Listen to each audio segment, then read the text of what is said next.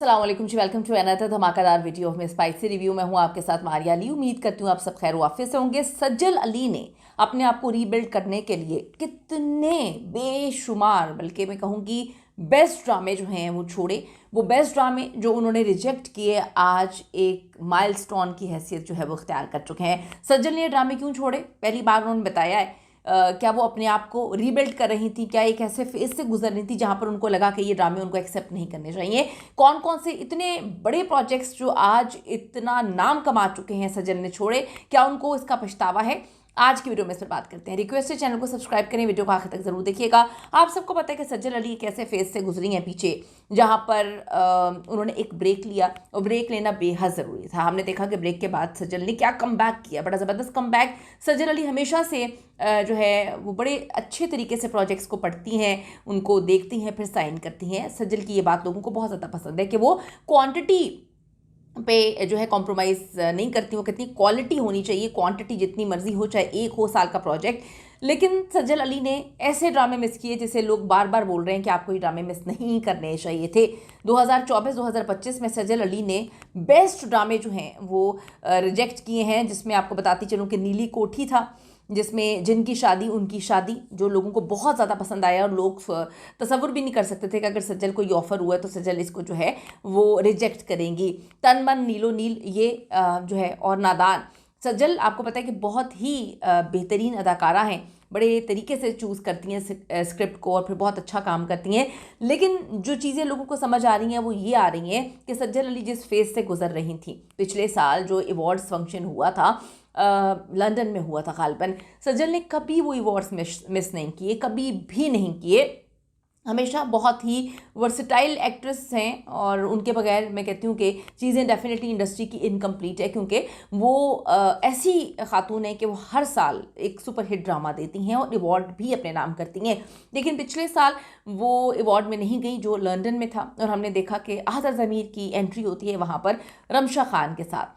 हम सब ने देखा कितनी कुर्बतें थी। हम तुम ड्रामे में दोनों ने काम किया और उनकी जो केमिस्ट्री थी वो बाद में कुछ ज़्यादा ही नज़र आ रही थी, ड्रामे में इतनी नज़र नहीं आई। लेकिन बाद में जो लंदन की सड़कों पे लोगों ने वो केमिस्ट्री देखी तो लोगों का जो है शक काफ़ी ज़्यादा क्लियर हुआ कि शादी के बाद आपको अपनी दोस्तियों पर थोड़ा सा दूरी रखनी चाहिए। लेकिन फिर आप देखें कि सज्जल और आहद की तलाक हो चुकी थी और वजह कहीं ना कहीं आहद ज़मीर को ठहराया गया। आहद ज़मीर ने एक इंटरव्यू में ये बात अभी बोली भी है कि मेरी पर्सनल लाइफ को बहुत ज़्यादा जो है इस्तेमाल किया गया मेरे करियर को डैमेज करने के लिए, और मैंने देखा कि मेरी पर्सनल लाइफ की वजह से मुझे काफ़ी ज़्यादा प्रोजेक्ट्स में मतलब परेशानी भी हुई, प्रॉब्लम्स भी मैंने फेस की, और लोगों को लगा शायद वो वो कहना चाह रहे थे कि लोगों को लगा शायद वो विलन है।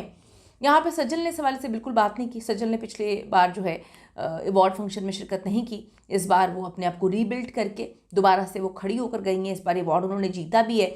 हाँ, वो कंफ्यूज लग रही थी, लेकिन सज्जल ने बता दिया कि जब आप कमबैक करते हैं तो बड़ा बेहतरीन कमबैक होता है, उसमें फिर आप अकेले ही होते हैं। तो सज्जल वो ख़ुद को खड़ा कर रही थी। लोगों ने लिखा कि हाँ, उनको जिनकी शादी उनकी शादी नहीं मिस करना चाहिए था, बड़ा ज़बरदस्त ड्रामा है।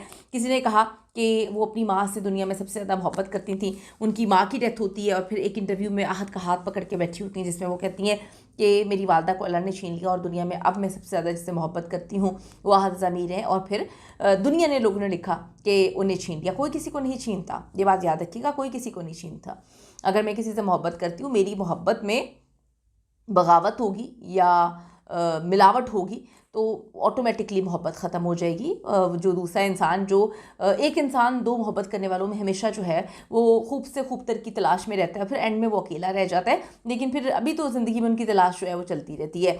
तो अब आप ये देखें, दूसरी तरफ आहद की वो लाइन्स जो हैं वो बहुत ज़्यादा लोग अभी इस वक्त रिलेट कर रहे हैं कि आहद ने लिखा कि मेरी जो है इंडस्ट्री में चीज़ें बड़ी डैमेज हुई, मेरा जो करियर था वो काफ़ी डैमेज हुआ। लेकिन ठीक है, अब मैं ये बात नहीं बोलूँगा कि ज़िंदगी में इंसान को आगे बढ़ना चाहिए। ये उनके क्लिप्स जो हैं वो इस वक्त सर्कुलेट कर रहे हैं। तो सज्जल के फैंस जो हैं वो कहते हैं कि जी हम नहीं चाहते थे कि आप ये ड्रामे छोड़ें, लेकिन आप क्वीन हैं, आप जो भी ड्रामा करेंगे उसमें बेहतरीन ही अदाकारी करेंगे। तो लोगों को मैं मंटो नहीं हूँ, ज़्यादा पसंद नहीं आया जो एज़ कम्पेयर टू ये 2-3 ड्रामे जो हैं जो सज्जल ने रिजेक्ट किए थे। तो लोगों ने लिखा कि आपको इनमें से 1-2 ड्रामे तो करने चाहिए थे। आपकी इस पे क्या ओपिनियन है कि सज्जल को ये ड्रामे नहीं छोड़ने चाहिए थे, रिजेक्ट नहीं करने चाहिए थे, या जिन्होंने इन ड्रामों में काम किया आप उनसे सेटिस्फाइड हैं? ज़रूर बताइएगा। See you in the next video.